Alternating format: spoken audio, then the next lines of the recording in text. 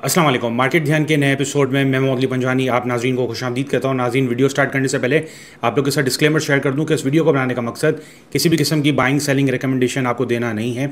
इस वीडियो को बनाने का मकसद हमारा ध्यान आप तक शेयर करना है। नाज़रीन, सबसे पहले बात कर लें हम फीपीलीपी डेटा की। तो फीपीलीपी 16 जून से लेकर 20 जून तक अगर हम देखें तो सबसे बड़ी जो बाइंग की है वो इंडिविजुअल्स ने की है और सबसे बड़ी जो सेलिंग विटनेस हुई है वो म्यूचुअल फंड की तरफ से हुई है। इसका अगर हम ब्रेक इवन देखें तो ब्रेक इवन कुछ इस हिसाब से है। इंडिविजुअल्स ने जो है वो ऑल अदर सेक्टर में बाइंग की है और उसके बाद अगर हम देखें तो इंडिविजुअल्स ही हैं जिन्होंने सीमेंट में बाइंग की है। म्यूचुअल फंड ने जो है सीमेंट में माल बेचा है, यानी इंडिविजुअल को जो है म्यूचुअल फंड ने माल सीमेंट का बेचा है और म्यूचुअल फंड ने ही ऑल अदर सेक्टर्स जो है उसमें सेलिंग की है। फॉरेन इन्वेस्टर जो गोरा है, फीपी है फॉरेन इन्वेस्टर, उसने जो है ऑल अदर सेक्टर में सेलिंग की है। बैंक्स ने जो है फर्टिलाइजर में सेलिंग की है और इंडिविजुअल ने जो है oil and gas marketing company में जो है वो बाइंग की है। तो ओवरऑल अगर हम देखें तो हमको सबको पता चल रहा है कि इंडिविजुअल जो है वो बाई करके गए, वो अग्रेसिव थे, वो तेज़ी में बैठे हुए थे। इसके अलावा दीगर जो बड़े मेजर पार्टिसिपेंट्स हैं, प्लेयर्स हैं, उन्होंने जो है वो सेलिंग को तरजीह दी है। नाज़रीन, आप लोग के साथ जो इंडेक्स वैल्यूएशन है वो शेयर कर दूं तो जो डे रेंज बना था फ्राइडे का वो 1,19,872 का बना था लो, और हाई जो बना है वो 1,20,282 का बना है। वीकली रेंज अगर हम देखें तो 1,19,770 का लो बना है और 1,22,903 का हाई बना है। मंथली रेंज अगर हम देखें तो 1,18,150 का लो बना है और 1,26,718 का हाई बना है। जो अभी करंट पी रेशो चल रहा है 7.23 का चल रहा है, एक्सपेक्टेड पी रेशो 7.52 का है।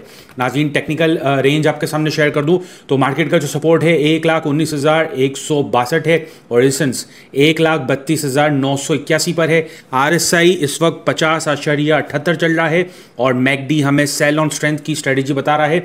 लास्ट वीक भी हमने आपको यही कहा था कि जहां मौका मिले सेल ऑन स्ट्रेंथ करें और मार्केट जो है अपने जो ये रेंज है इसके सपोर्ट के पास ही ट्रेड हो रही है। नेक्स्ट पॉसिबल ट्रेंड क्या हो सकता है तो डाउनवर्ड ट्रेंड जो है वो देखा जा सकता है, जिसका सपोर्ट 1,11,308 का है और जो रेजिस्टेंस बना रहा है 1,18,970, यानी 1,18,900 से नीचे की क्लोजिंग होती है वीकली तो आप समझें कि मार्केट जो है, जो गैप है, जो टेक्निकल पे मैं आपको काफ़ी अरसे से कह रहा हूं कि ये जो जंगी हालात के बाद जो चीज़ें हुई हैं वो नॉर्मल नहीं थी, एबनॉर्मल चीज़ें हुई हैं। तो इन चीज़ों के पेश नज़र गैप को हमें देखना है, उसके हिसाब से जो है वो काम करना है।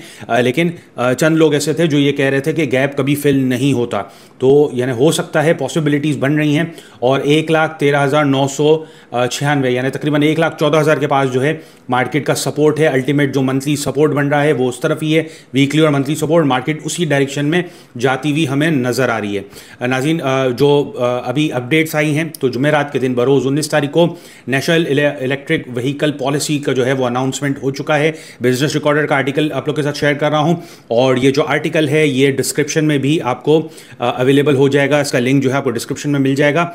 आप लोग से रिक्वेस्ट है इस आर्टिकल को पढ़ें और इस आर्टिकल में जो है कहीं भी गाड़ी का जिक्र नहीं किया गया है। तो मार्केट में ट्रेडिंग के दौरान अगर कोई आपको कहे कि इलेक्ट्रिक व्हीकल पॉलिसी आ चुकी है और तेज़ी करनी है ऑटोमोबाइल सेक्टर में, तो पहले इस आर्टिकल को पढ़ लें, इसके बाद करें। पॉइंट्स क्या हैं तो पॉइंट्स मैं आप लोगों के साथ शेयर कर दूं। जो लोग अगर ये आर्टिकल नहीं पढ़ना चाहते और इस वीडियो से ही यानी चीज़ें जानना चाह रहे हैं तो उनको मैं शेयर कर दूं कि जो गवर्नमेंट के क्या पॉलिसी है। तो गवर्नमेंट की पॉलिसी है, गवर्नमेंट चाह रही है कि 2030 तक 30% जो है वो इलेक्ट्रिक व्हीकल जो है वो पाकिस्तान में सोल्ड हों। ग्रीनरी पे जा रहे हैं, पूरी दुनिया जो है वो क्लीन एनर्जी पे जा रही है। कार्बन एमिशन टैक्स लग रहा है, हमें भी जो भी पेट्रोलियम प्रोडक्ट्स उस पर कार्बन एमिशन टैक्स लग रहा है। और गवर्नमेंट का जो सेकंड टारगेट है, जो सेकंड पॉइंट मैं आप लोगों के साथ शेयर करना चाह रहा हूँ वो ये है कि गवर्नमेंट ने 9 अरब रुपए इस फिस्कल ईयर 2025 से लेकर 2026 का जो फिस्कल ईयर है यानी जून 2026 तक 9 अरब रुपए जो है वो एलोकेट किए हैं इसके लिए, जिसमें 1,16,053 इलेक्ट्रिक बाइक्स और 3,171 इलेक्ट्रिक रिक्शा को जो है वो सब्सिडी दी जाएगी, उनको फैसिलेट किया जाएगा। इसमें गाड़ी का दूर दूर तक कोई ताल्लुक नहीं है। Installation of 40 new EV charging station है मोटरवे में, इस पर जो है गवर्नमेंट फोकस करेगी। और इसके अलावा लोकल मैन्युफैक्चर जो लोकली मैन्युफैक्चर कर रहा है electric vehicles, electric bikes, electric rickshaw, जो छोटे इलेक्ट्रिक वो है ट्रांसपोर्ट व्हीकल्स हैं, तो उनको जो है गवर्नमेंट 90% जो है वो इंसेंटिव देगी ताकि वो जो है 90% पार्ट जो है वो डोमेस्टिकली ही प्रोड्यूस करे। इसके अलावा जो स्मॉल मीडियम एंटरप्राइज है उनको भी बूस्ट करने के लिए जो है गवर्नमेंट पैकेजेस सपोर्ट करेगी, यानी उस तरफ भी जो है गवर्नमेंट का फोकस है। ऑटोमोबाइल इंडस्ट्री को डेवलप करने के लिए जो उसकी प्लानिंग कमेटी है उसने जो है टैरिफ को जो है वो यानी उसकी भी डिटेल्स दी हैं कि वो 2026 में किस तरह से होंगी और किस तरह से जो है वो फेज आउट होंगी 2030 तक। तो यानी 2030 तक जो बाइक बनाने वाली कंपनी है और 3 व्हीलर्स यानी रिक्शा बनाने वाली कंपनी है उनको बेनिफिट होगा। और आगे जाके आप देखेंगे हमारी स्टॉक मार्केट में जो लिस्टेड कंपनीज हैं वो अपना बिजनेस मॉडल चेंज करेंगी। ज़्यादातर आपको जो टेक्सटाइल रिलेटेड कंपनीज हैं उनके जो बिजनेस डायनामिक्स हैं, बिजनेस मॉडल है, वो चेंज होते हुए नजर आएंगे। वो 3 व्हीलर और बाइक्स बनाने में वो ज़्यादा फोकस करेंगे और उनके मटेरियल इन्फ्लेशन भी आपके सामने आएंगी कि वो जो है उनके पास जो रिजर्व में पैसा पड़ा है तो वो जो है बाइक्स और जो रिक्शा है उसके प्लांट लगाने पे फोकस करेंगे। तो गवर्नमेंट का जो है ये जो नेशनल इलेक्ट्रिक व्हीकल पॉलिसी आई है इसमें प्योरली जो 2 व्हीलर्स हैं और 3 व्हीलर्स हैं उनको इंसेंटिव देने का यानी इरादा है। और जो लिस्टेड कंपनीज हैं हमारी जिसमें जो टेक्सटाइल कंपनियां जो बंद हो चुकी हैं या जो है कुछ कंपनियां ऐसी होंगी जिनके मालिक भी चेंज होंगे तो वो जो है इस बिजनेस मॉडल को जो है वो फॉलो करेगी और इससे जो है जितना फ़ायदा उठाना चाहेंगे तो वो उठाएंगे। नाज़रीन आप लोग के साथ इंटरनेशनल कमोडिटीज़ का डेटा शेयर कर दूं तो WTI क्रूड ऑयल जो है वो $74.04 पर बैरल चल रहा है। ब्रेनेट $77.27 पर बैरल चल रहा है। ईरान और इराक का जो टेंशन चल रहा है इन चीज़ों के पेश नज़र जो कमोडिटीज़ है खासतौर पे क्रूड ऑयल है उसमें हम जो है वो तेज़ी विटनेस कर रहे हैं। और जो इंटरनेशनल माहिरीन है वो ये कह रहे हैं कि अगर ये मामला ख़राब होंगे तो $100 पर बैरल भी चीज़ें जा सकती है जो हमारी इकॉनमी के लिए बिल्कुल भी सही नहीं है। आयरन ओर जो है वो $94.77 पर टन चल रहा है। गोल्ड $3367.91 पर आउंस चल रहा है। रबर $161.30 पर केजी चल रहा है। रिचर्ड बे कोल प्राइस $91.35 पर टन चल रहा है। नाज़रीन आप लोग के साथ जो है वो डिलीवर फ्यूचर काउंटर का डेटा शेयर कर दूं तो सबसे बड़ी जो फ्यूचर में बाइंग करी है वो 14.50% की PIA में है। सेकंड नंबर पे कॉसम है। तीसरे नंबर पे अगर हम देखें तो SSGC है। चौथे नंबर पे अगर हम देखें तो नेटसोल है। पांचवें नंबर पे अगर हम देखें तो GHNI है। छठे नंबर पर दीवान सीमेंट है। सातवें नंबर पर दीवान फारूक मोटर्स है और 8वें नंबर पर प्रेमा है। 9वें नंबर पर गेल है और 10वें नंबर पर जो है वो वेव्स ऐप है। नाज़रीन जो ब्लैंक सेल का डेटा है वो उस मुताबिक है सबसे बड़ा जो भाटा कर रहा है ब्लैंक सेलिंग खरी है वो PIA में है। सेकंड नंबर पे फ्लाइंग है। तीसरे नंबर पर अगर हम देखें तो अटक रिफाइनरी है। चौथे नंबर पर दीवान सीमेंट है। पांचवें नंबर पर SSGC है। छठे नंबर पर हम देखें तो GHNI है। सातवें नंबर पर प्रेमा है। आठवें नंबर पर ठट्टा सीमेंट है। 9वें नंबर पर गेल है और 10वें नंबर पर NRL है। नाज़रीन आप लोग के साथ जो MFS का डेटा है वो शेयर कर दूं तो MFS भी हमें यही बता रहा है कि लोगों ने जो है ऊपर के लेवल पे शेयर्स तो परचेस कर लिए लेकिन उसको जो है वो बदले में पार्क किया हुआ है। और सबसे बड़ी जो बाइंग खरी है वो ICIBL में करी है। फ्री फ्लोट का 23.71% है। एक तरह से देखा जाए तो बहुत बड़ा बम बना हुआ है और अगर इसमें कोई बड़ा प्लेयर एक्टिव नहीं है तो हो सकता है इसमें पब्लिक स्टक हो। दूसरे नंबर पर अगर हम देखें तो मैपेक फिल्म्स है। 16.90% फ्री फ्लोट का जो है वो MF खरा हुआ है। IBL हेल्थ केयर तीसरे नंबर पर है। चौथे नंबर पर टाटा टेक्सटाइल मिल्स है। पांचवें नंबर पर SSOM है। छठे नंबर पर HAEL है। सातवें नंबर पर बनीज लिमिटेड है। आठवें नंबर पर TPL प्रॉपर्टीज़ है।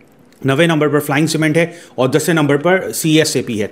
नाज़रीन पंजवानी इंडेक्स जो मैं आप लोगों के साथ शेयर कर रहा था और 2 जून का जो डेटा है वो मैंने लास्ट पब्लिक के साथ शेयर किया है। इसमें टाटा टेक्सटाइल मिल ने जो है वो अपना जो फेयर वैल्यू जो है वो अचीव किया है और इसने जो है वो 19 जून को ये अचीव किया है।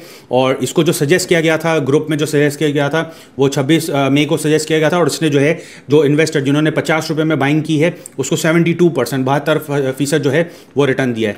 नाज़रीन इसके अलावा आप लोग के साथ जो है वो TPL प्रॉपर्टीज़ का मैं डेटा शेयर कर रहा हूँ। टेक्निकल एनालिसिस शेयर कर रहा हूँ। फंडामेंटल एनालिसिस जो है मैंने इसके साथ आपके जो पंजवानी इंडेक्स है 2 जून तक आखिरी जो अपडेटेड है पब्लिक के लिए उसमें मैंने शेयर किया हुआ है। और इसका जो इंट्रिंसिक वैल्यू ₹17 का है। ₹34 का जो है उसका फेयर वैल्यू बन रहा है। और इसमें अगर जो इसकी डेवलपमेंट्स हो रही हैं उस हवाले से रिकवरी आना शुरू हो जाती है जो कि हमें नज़र भी आ रही है। इसके जो पिछले क्वार्टर्स में जो अर्निंग है उसमें जो लॉस है वो लॉस में जो है हम रिकवरी देख रहे हैं तो फिर जो है ये इन टारगेट्स को इन वैल्यूज़ को अचीव कर सकता है। नाज़रीन अभी जो इसमें मामला बने हैं आप लोग के साथ वीकली ग्राफ शेयर कर रहा हूँ टेक्निकल ग्राफ। तो इसमें जो सपोर्ट है इसका अल्टीमेट सपोर्ट है ₹7.13 का है। ये अभी तकरीबन ₹9 के पास पास ट्रेड कर रहा है, 9 रुपये 27 पैसे के पास। इसकी जो बुक वैल्यू है 14 रुपये 77 पैसे है। इसका जो लॉस है थर्ड क्वार्टर का 2 रुपये 75 पैसे का इसका लॉस है। जो पी रेशियो है वो अवेलेबल नहीं है क्योंकि ये लॉस में चल रहा है। कंपनी शरिया कंप्लाइंट है, 39.68% जो है इसका जो है बैंक से कोलैटरल है।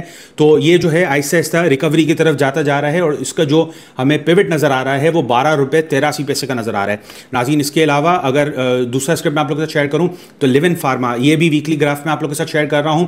तो इसने जो हाई बनाया था वो 242 रुपये का हाई बनाया था 6 जनवरी 2025 को। और इससे पहले ये कंपनी जो थी वो लैंडमार्क स्पिनिंग मिल्स थी, टेक्सटाइल कंपनी थी। और इसके बाद इसके ओनर्स चेंज हुए, इसका बिजनेस मॉडल चेंज हुआ। ये टेक्सटाइल कंपनी से जो है वो फार्मास्यूटिकल कंपनी चली गई। 4 रुपये से 9 रुपये के बीच में ये ट्रेड हो रही थी कंपनी।